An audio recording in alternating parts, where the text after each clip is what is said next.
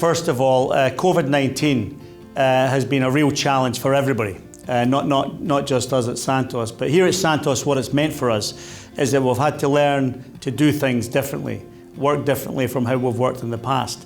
And that's involved flexible working, with a lot of our office-based people having to work at home for months on end, and across our operations at our sites, where we've had to implement very strict hygiene, social distancing and health protocols to ensure that we can continue to operate safely and keep our sites virus-free. And pleasingly, through the first half of this year, we've been able to not only do that, but to do that and turn in exceptional performance with record production for the company during this period. We've managed to turn in very strong free cash flow of $431 million for the first half. We've managed to reduce our free cash flow break-even price, meaning that we've been able to be strong through this period and maintain a very strong balance sheet. We've also pleasingly been able to progress a lot of our growth projects. Although we cut the CapEx and we cut the activities, we've been able to progress those projects. Not only major capital projects like the Barossa and Dorado projects in Western Australia and of course in Northern Australia, but pleasingly our CCS project in the Cooper Basin.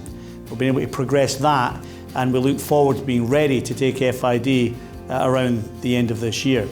And a really major milestone for us in the first half of this year was the completion of the ConocoPhillips assets in Northern Australia. And that's a very big strategic acquisition for Santos, and it was pleasing that we're able to complete that despite the challenges thrown up as a consequence of COVID-19. So all in all, it's been a very successful first half of the year. I was pleased to see that the board also resolved to pay an interim dividend of 2.1 US cents per share for the half year. And I think that rounds up nicely a very strong first half performance and sets us up in a very strong position going forward as we look forward to coming out of the impacts of COVID-19.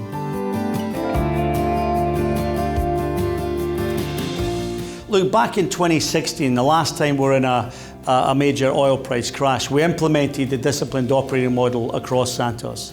And it was important to do that because we set up the business so we'd be focused on free cash flow across all of our core assets and have a cash flow generative operating model.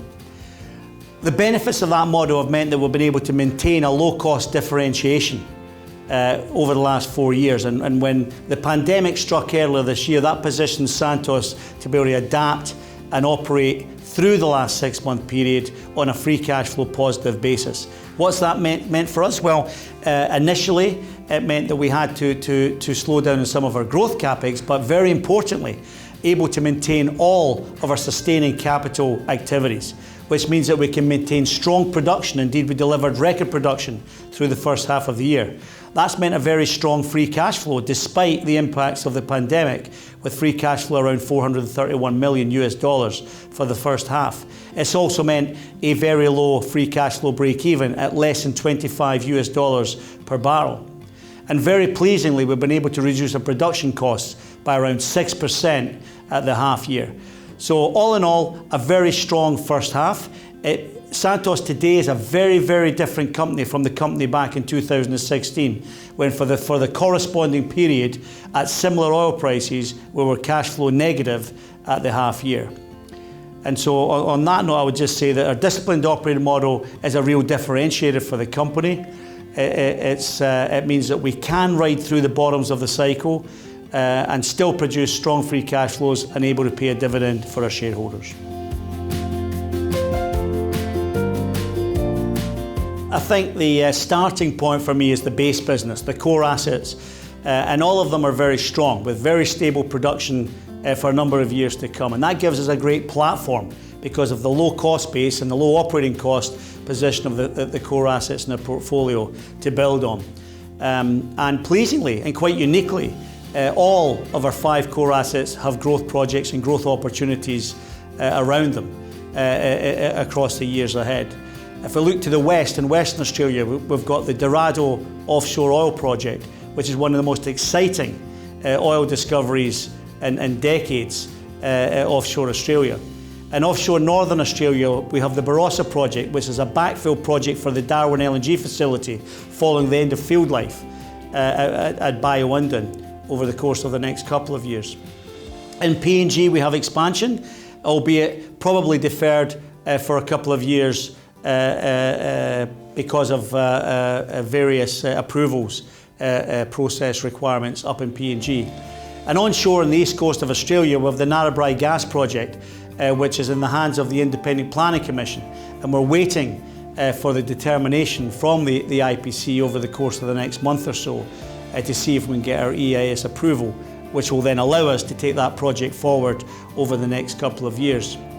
And back closer to home in the Cooper Basin, we're really excited about our Carbon Capture and Sequestration Project, or CCS as we call it. And that project's been progressing nicely over the course of the last year or so, and promises to be one of the lowest cost scale CCS projects globally, with a very low operating cost going forward.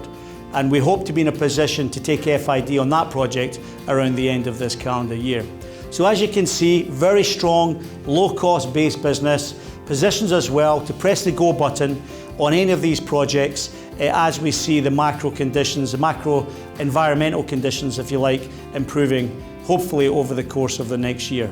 And very importantly, one last point that does differentiate us from the past is that 4 out of 5 of those core assets we're now the operator of, and that means that we're in control of when we take FID in these projects and when we press the go button.